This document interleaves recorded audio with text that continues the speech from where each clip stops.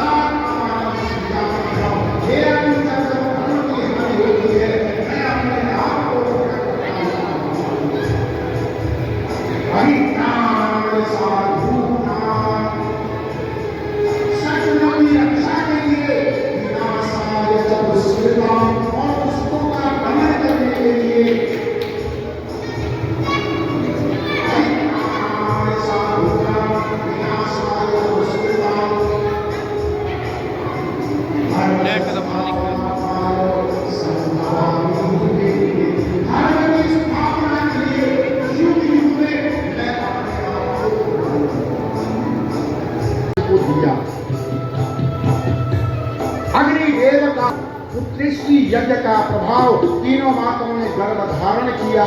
समय वो आ गया जब भगवान राघवेंद्र सरकार अवतार लेने वाले हैं। नवमी तिथि मधुमास पुनीता, नवमी तिथि मधुमास पुनीता, शुक्ला पक्ष अभिजित हरि प्रीता, शुक्ला पक्ष अभिजित प्रीता, शुक्ला पक्ष अभिजित हरि प्रीता, शुक्ला पक्ष अभिजित हरि प्रीता। नवमी तिथि मधुमास पुनीता, नवमी तिथि मधुमास चैत का महीना शुक्ल पक्ष है। अभिजीत यानी दिन के ठीक 12 बजे माँ कौशल्या के प्रसूति गृह में नीला प्रकाश हुआ।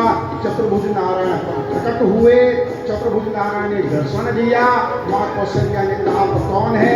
बोले मैं आपका बेटा बन करके आया हूँ नारायण। बोले नारायण आप कैसे होते? पुत्र के कितने हाथ होते? बोले त्रिभुज नारायण भगवान की जय। इतना बड़ा रूप लेकर के किसे बताऊंगी कि ये मेरा पुत्र है?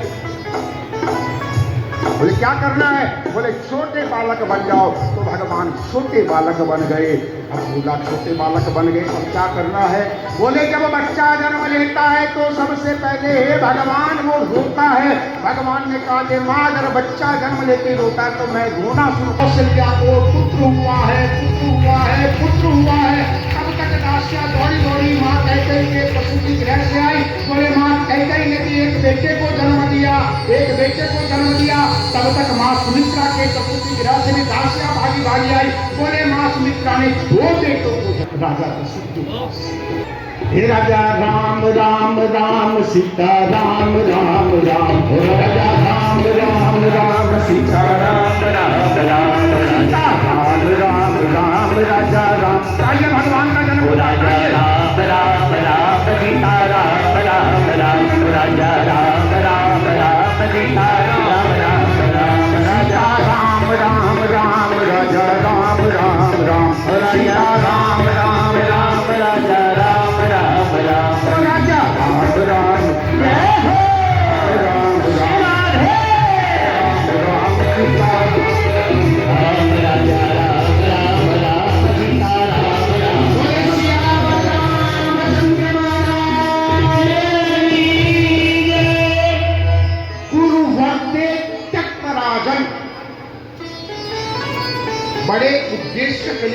भगवान का अवतार हुआ, इसलिए अपना राज्य भगवान ने कहां पहुंच गए? तात दीन मोहि कानन राजू। कानन कहते जंगल को। मां कौशल्या से भगवान राम कहते हैं, मां तू रोती क्यों है? मुझे कल प्रातः राज तिलक होना था, राज सिंहासन पर बैठना था, इस अयोध्या का मुझे राजा बनना था, और तू कह रही मैं वनवासी। मां मैं वनवासी नहीं हुआ। बोले वनवास के वस्त्र पहन करके बेटा तू मेरे पास आया है और कहता मैं वनवासी नहीं हुआ। नहीं मां मैं वनवासी, पिता ने तो मुझे राज दिया है। कहा जंगल में जाऊंगा और वहां राजाओं को कुरु अर्थ तक राजन, बड़े उद्देश्य के लिए भगवान आए थे। और भगवान का उद्देश्य क्या था? पापियों के नाश को, पापियों के नाश को, विनाश को, धर्म के प्रकाश को, धर्म के प्रकाश को, पापियों के नाश को, धर्म के प्रकाश को, राम जी की सेना चली, श्री राम जी की सेना चली, राम जी की सेना चली, श्री राम जी की सेना चली।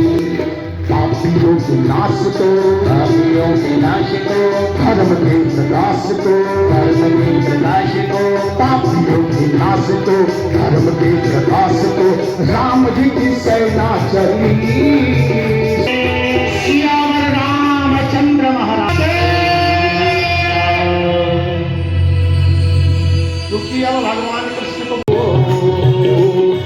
नगरी हो अयोध्या सी, रघुकुल सघराना हो, चरण हो राघव के, यहाँ मेरा ठिकाना हो, चरण हो राघव के, यहाँ मेरा ठिकाना हो। जैसा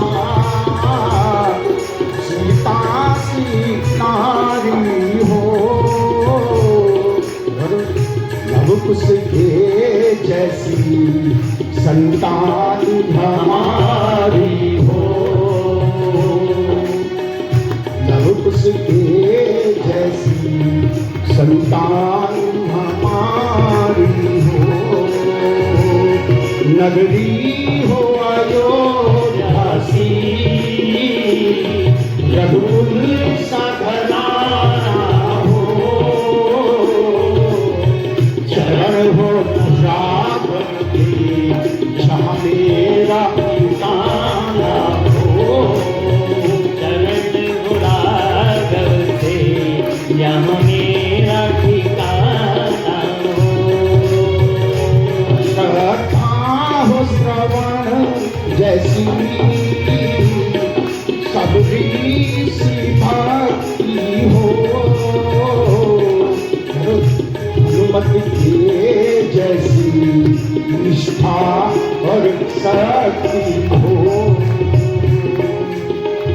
हनुमत के जैसी निष्ठा और शक्ति हो। नगरी हो अयोध्या सी, रघुकुल सघराना हो, चरण हो राघव के, जहाँ मेरा ठिकाना हो, चरण हो राघव के, यहाँ मेरा ठिकाना हो, चरण हो राघव के, यहाँ मेरा ठिकाना हो। कंतो वंश विस्तारो भवता सोम सूरयो, राज्यं चोभयं वंशानां शरितं परमाद्भुतम्। यदोश्च धर्मशीलस्य नीतरां मुनिसत्तमः, तत्रान् सेवनोत्तीर्णस्य विश्ववीर्याणि संशयः। देखो वक्ता नहीं बोलता है, बल्कि श्रोता की भावना वक्ता के अंदर से बाहर प्रकट होती है।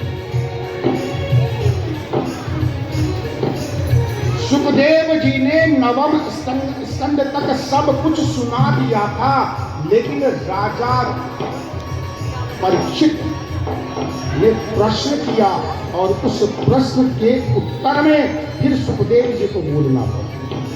क्या प्रश्न किया राजा परीक्षित ने कि भगवान कथितो वंश विस्तार भवता सोम सूर्यो, आपने सूर्य वंश सुना दिया, चंद्र वंश सुना दिया, लेकिन मैं अब सुनना चाहता हूं। क्या सुनना चाहते हैं? तत्रा सेनावतीर्णस्य विष्णुवीर्याणि संसनः, जिस वंश में मेरे प्रभु आए, मेरे आराध्य आए, मेरे इष्ट आए, भगवान कृष्ण, मैं इनका अद्भुत चरित्र सुनना चाहता हूं। तो राजा परीक्षित ने कहा, राजा परीक्षित की बात को सुनकर के सुखदेव जी बोल पड़े, हे राजा परीक्षित, नवम स्कंद में पूरा वर्णन है, समय कम है, इसलिए भगवान कृष्ण के पिता वसुदेव जी और माँ देवकी के वंश का ज्यादा मैं आपको विस्तार से वर्णन नहीं करूंगा, समय बहुत लगेगा।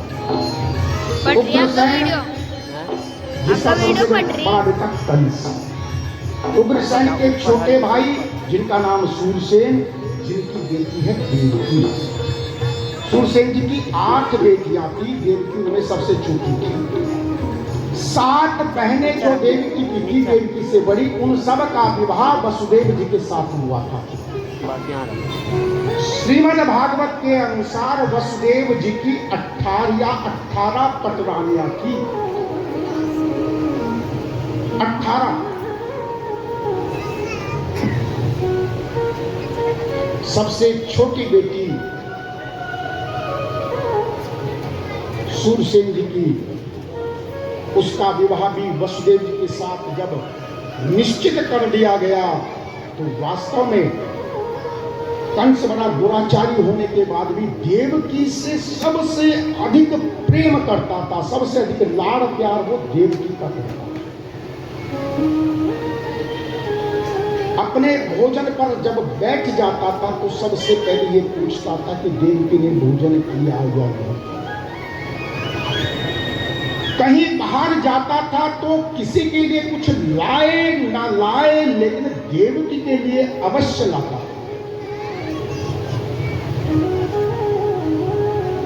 कोई उसको सबसे प्रिय वस्तु, अच्छी वस्तु लगती थी तो वो ला करके देवकी को दे देता था। इतना लाड़ प्यार, इतना उससे प्रेम करता था। वास्तव में इसका ये वास्तविक प्रेम था कंस का देवकी के साथ। वसुदेव जी से विवाह निश्चित हो गया तो कंस फूट फूट करके रोने लगा। मेरी बहन मेरे घर से विदा होकर के अपने पति के घर चली जाएगी, इसके बाद मैं अपनी बहन के बिना इस घर में कैसे रहूंगा। सूना सूना मेरी बहन के बिना मेरा घर हो जाएगा। जब जब उसको ये याद आती है कंस रो पड़ता है। अंततो गत्वा दिन वो भी आया कि वसुदेव जी की बारात कंस के आंगन में पहुंच गई। स्वागत सम्मान वर का हुआ, पूजन हुआ, फेरे हुए, बारातों का स्वागत हुआ। अब कन्या की विदाई का समय आया और जब कन्या की विदाई का समय आया करके कंस रोने लगा, अपने हृदय से लगाकर अपनी बहन को, बहन किन हाथों से मैं तुझे इस विदाई के रथ पर तेरे पति के साथ तेरे घर जाने के लिए बैठो। बहन मेरा इतना साहस आज नहीं हो रहा कि बहन मैं तुझे विदा कर सकूं। बहन विदा करने का मेरा साहस नहीं।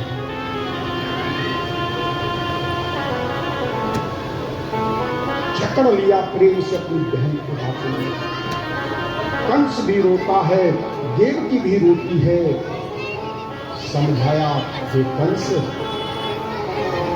जिस बहन को तो इतना प्रेम करता है, उस बहन के रथ को स्वयं हाथ करके उसके पति के घर तक छोड़ करके कंस रथ पर बैठ गया सारथी की जगह। रथ पर देवकी और वसुदेव दोनों बैठ गए। बारात चल पड़ी, देवताओं में हलचल हो गई। जिस देवकी के द्वारा इस कंस के अत्याचार से, अनाचार से मुक्ति होने के लिए नारायण को आना है, यदि इस देवकी का और कंस का ऐसा ही प्रेम बना रहा तो भगवान नारायण कैसे अवतरित होंगे। तुरंत देवताओं के द्वारा आकाशवाणी हुई, पति पर घृणा कंसा आप्यासाः सिद्धस्वात् अस्यास्तमस्तमो गर्भो हन्ताया वहसे बुधा। हे मूर्ख कंस, जिस बहन को इतने लाड प्यार से तू उसकी ससुराल छोड़ने के लिए जा रहा है, इसी के गर्भ से उत्पन्न होने वाली इसकी 8वीं संतान तेरी काल होगी, ऐसा आकाशवाणी ने कहा। और कंस तो तुरंत रथ से कूदा और रथ पर उतर चढ़ा जहां बहन देवी रहती थी, बाल पकड़े और रथ से नीचे गिराया। अपने दूसरे हाथ से तलवार निकाली, जिस पेड़ पर मेरी मृत्यु रूपी फल लगने वाला है, इस पेड़ को भी काट डालता हूँ। वसुदेव जी ने कंस का हाथ पकड़ लिया। रे कंस, अपनी बहन का वध क्यों करता है? कंस बोला, अभी आकाशवाणी ने कहा देवकी के गर्भ से मेरा इसका 8वां पुत्र मेरा काल उत्पन्न होगा। वसुदेव जी ने कहा, महाराज, देवकी के 8वां गर्भ 8वीं संतान आपका काल है। मैं आपको वचन देता हूं, एक संतान आपको लाकर के सौंप।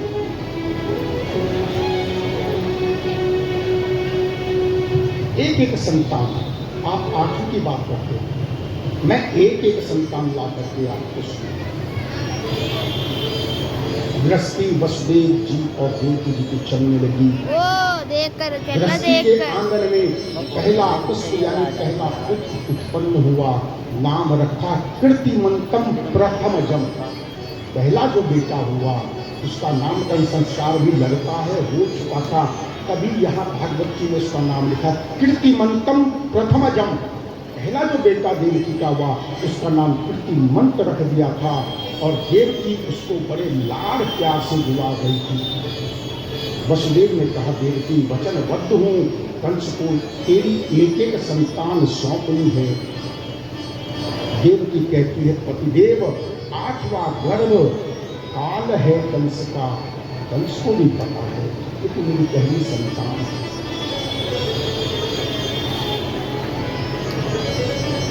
मां का हृदय, लेकिन वसुदेव जी वचनबद्ध हैं। उस पुत्र को लिया कंस के पास, बोले, कंस ये हमारी पहली संतान। कंस ने कहा, वसुदेव जी, आकाशवाणी ने कहा था 8वीं संतान देवकी की मेरा काल तो पहले इसे वापस। वसुदेव जी वापस ले आए। देवकी तो दौड़ करके अपने पुत्र को लेकर के वसुदेव जी से अपनी छाती से लगाती है, मानो बेटा मौत के मुख से निकल करके आ गया। लाड करने लगी। वसुदेव जी ने देवकी को समझाया, देवकी इस पुत्र पर अधिक मोह मत करना, इसको अपना मत समझ लेना। बोले, क्यों स्वामी? बोले, कंस का कोई पता नहीं कब छीन ले हमसे, दुष्ट का कोई पता नहीं होता, तब उसका स्वभाव बदल जाए। इस पर अधिक ममता, अधिक वात्सल्य, अधिक प्रेम नहीं करना, क्योंकि जैसे जैसे तेरी इस संतान पर प्रेम बढ़ेगा उतना ही तुझे संतान से दूर होने का बड़ा कष्ट है। देवताओं में फिर खलबली। नारायण कैसे आएंगे देवकी के गर्भ में? कंस ने तो पहला पुत्र दे दिया है। नारद जी कंस के शयन कक्ष में पहुंच गए। अरे कंस तो बड़ा मूर्ख है। कंस ने कहा क्यों मूर्ख हूं? बोले आकाशवाणी ने तुझे सतर्क किया है, चेतावनी दी है कि देवकी के 8वें गर्भ से तेरी मृत्यु होगी। बोले हाँ ये तो मुझे भी पता है। और कंस देवकी का बालक पुत्र तेरे पास आया, तूने अपनी मृत्यु को वापस भेज दिया। कंस ने कहा महाराज वो तो पहली थी संतान, उससे तो मुझे कोई भय नहीं है। नारद जी ने कहा रे कंस तू भी बड़ा निर्बुद्धि है। बोले क्यों महाराज? बोले हिरण्यकश्यप का पता है? बोले क्या पता है? उसने ब्रह्मा जी से मांगा था ना अंदर मरूं, ना बाहर मरूं, ना ऊपर मरूं, ना नीचे मरूं, ब्रह्मा जी की सृष्टि के किसी जीव से न मरूं, न दिन में मरूं, ना रात में मरूं। अपने आप को अमर अजर समझ बैठा था। लेकिन भगवान की माया और मृत्यु का पता नहीं कब हमारे ऊपर सवार हो जाए। छोटा सा भी यदि छेद बच गया तो मृत्यु वहीं से आ जाए। कब पहला 8वां हो जाए और कब 8वां पहला हो जाए कुछ पता नहीं है। पृथ्वी गोल है, नारायण का कोई भरोसा नहीं, मृत्यु का कोई भरोसा नहीं। इधर से गिनो तो 8 और इधर से गिनो तो 8। चक्राई बुद्धि कंस की। तुरंत अपने अनुचरों को कहा वसुदेव और देवकी को तुरंत लेकर के आओ। तुरंत गए सैनिक बंदी बना करके कंस के सामने प्रस्तुत कर दिया। पिता उग्रसेन ने कहा रे बेटा ऐसा पाप ऐसा अनाचार क्यों करता है? बोले पकड़े उस बुड्ढे को भी, इसको भी जेल में डालो। अपने पिता उग्रसेन को भी कारागार में डाल दिया। वसुदेव देवकी को भी हथकड़िया बेड़िया पहना करके कारागार में डाल दिया। और कारागार की जिस कोठरी में वसुदेव और देवकी थे उसी कोठरी के अंदर जाकर कंस ने देवकी के पहले बेटे को नीचे से पांव पकड़े और एक शिला पर जोर से पटका और माथा जो हृदय था फट पड़ा। लेकिन हुई तो हुई। कंस वापस आ गया। मैंने अपनी मृत्यु समाप्त कर दी। पहले वर्ष में पहला, दूसरे वर्ष में दूसरा, तीसरे वर्ष में तीसरा, चौथे में चौथा, 5वें में 5वां, 6वें में 6वां और 7वां गर्भ जब देवकी ने धारण किया तो 7वें गर्भ में स्वयं भगवान के पार्षद भगवान के अंशावतार यानी शेष नाग मां देवकी के गर्भ में प्रवेश करते हैं। भगवान ने विचार किया राम रूप में ये शेष मेरे साथ लक्ष्मण के रूप में थे और द्वापर में कृष्ण रूप में जब मैं जाऊंगा तो ये शेष बलराम बनकर मेरी लीला कार्य को पूर्ण करने में सहयोग करेंगे। यदि ये गर्भ छीन हो गया, इनकी हत्या हो गई तो मेरा अवतार कार्य पूर्ण नहीं होगा। इसलिए भगवान नारायण ने माया का आवाहन किया। माया को भगवान ने बुलाया और माया को कहा माया तू सबको माया तू सबको नचाती है, सारे संसार को नचाती है। मैं मायापति हूं, मेरा आदेश है तू नाच। और माया भगवान के सामने नाच रही है। भगवान के सामने माया नाचती है। भगवान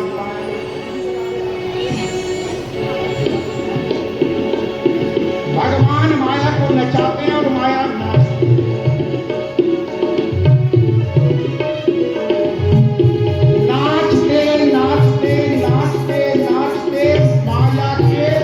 खून निकलने लगा। इतना भगवान ने माया को नचाया, इतना नचाया भगवान ने माया को। जो माया सबको नचाती है, माया पति उस माया को नचाते हैं। भगवान ने माया को नचाया। नाचते नाचते नाचते नाचते नाचते नाचते माया जब थक गई, भगवान ने कहा माया रुक जा और कहा मैं अवतार लेने वाला हूं। गच्छ देवी हृदम भद्रे। माया तू जा, ब्रिज में जा। बोले मुझे क्या करना है? बोले वहां मेरा अवतार होने वाला है, जहां जैसी जिस चीज की आवश्यकता है वो सब उपलब्ध कराना तेरा काम। बोले ठीक है प्रभु। और बोले देवकी के गर्भ में 7वां गर्भ है, उसमें मेरा अंशावतार यानी शेषनाग है, उनका जन्म होना है, लेकिन देवकी के गर्भ से उसका जन्म नहीं होना है, क्योंकि कंस की कारागार में सुरक्षित रह नहीं सकते। इसलिए माया देवकी के गर्भ को खींच करके गोकुल में जो नंद बाबा के यहाँ कंस के डर से वसुदेव जी की पत्नी रोहिणी छुप करके रहती है, उनके गर्भ में देवकी का 7वां गर्भ तुम प्रविष्ट करा दो। माया चली गई और उसके बाद भगवान ने अपने समस्त परिवार को बुलाया, अवतार कार्य। कंस की कारागार में भगवती माया पहुंची और देवकी के गर्भ को खींचा और वहां से खींच करके गोकुल में नंद बाबा के यहाँ वसुदेव जी की पत्नी रोहिणी जो रह रही थी छुप करके, उसके गर्भ में प्रवेश करा दिया। माँ रोहिणी गोकुल में नंद बाबा के यहाँ गर्भवती 7वां गर्भ वसुदेव जी का गोकुल पहुंच गया। जन्म देने से पहले ही देवकी का भी 7वां गर्भ। अब सूचना बाहर आ गई कि 7वां गर्भ देवकी का समाप्त हो गया, गर्भ क्षय हो गया है। गर्भ क्षय हो गया है देवकी का। कंस ने कहा अच्छा हुआ, मारने की जरूरत नहीं पड़ी, आवश्यकता मारने की नहीं पड़ी, पहले ही अपने आप समाप्त हो गया। 8वां गर्भ देवकी का स्वयं भगवान नारायण प्रविष्ट गर्भ में हुए। पता मुझे कहाँ रखना। कंस को पता है देवकी का 8वां गर्भ मेरी मृत्यु है। देवकी का तेज दिन प्रतिदिन बढ़ता जा रहा है, अंदर डरने लगे। सत्य कहा था, मुझे लगता है इस गर्भ में वास्तव में मेरी मृत्यु है। वजगन निवास सादेवकी सर, सादेवकी सर, वजगन निवास सादेवकी सर, निवास भूतान मितरांगरे, निवास भूतान मितराम, भोगेन्द्र गेहे निष्के वरुद्धा, भोगेन्द्र गेहे सरस्वती ज्ञान खले यथा सती, सरस्वती ज्ञान। देवकी सर्व जगन निवास, देवकी के गर्भ में किसका आजकल वास है? जगन निवास, सारा जगत जिसके अंदर निवास करता है, आजकल देवकी उसका निवास स्थान।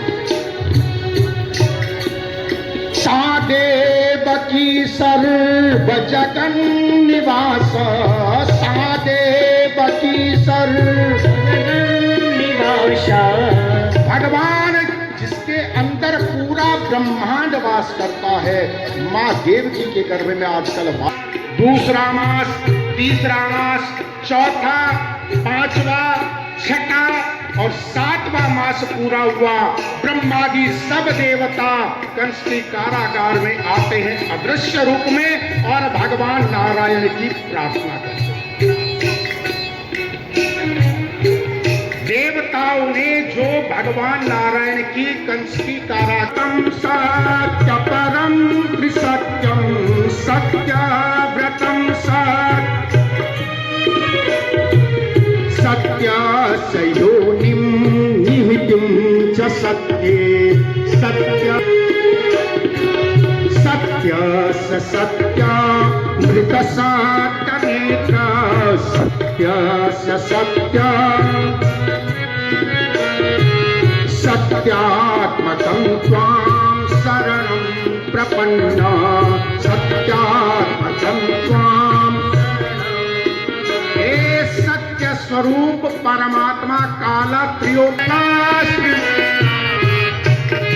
दश पांचविधा षडात्मा सप्त स्वगस्त विटपो नवाक्षो दशाक्षदीपी खगुयादि वृक्ष दशाक्षदीपी खगुयादि वृक्ष। सबसे आध्यात्मिक व्याख्या जिन श्लोकों की श्रीमद् भागवत में है उसमें से एक श्लोक ये भी है, बड़ा आध्यात्मिक श्लोक है। अभी तो समय बहुत है और आज तो भगवान आएंगे।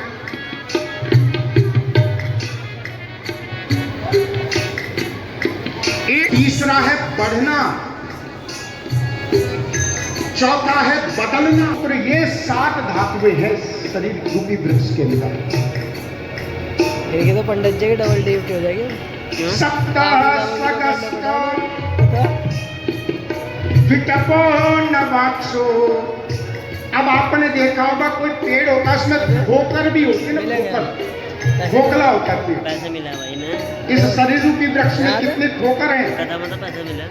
हाँ तो बढ़िया तो है यार, अपनी मेहनत तो कर रहे। अपनी मेहनत से नहीं, अपने पक्ष अष्टमी तिथि बुधवार दिन के 12 बजे भगवान राम आए तो सूर्यवंश था, भगवान कृष्ण आने वाले चंद्रवंश के रात में आए। शाम के 6 बजे 7 बजे 8 बजे 9 बजे 10 बजे सब लोग भगवान की प्रतीक्षा करने की, भगवान कब आए कब आए कब आए कब आए, और हम तब प्रसाद लें और अपने घर जाए। भगवान ऐसे नहीं आते।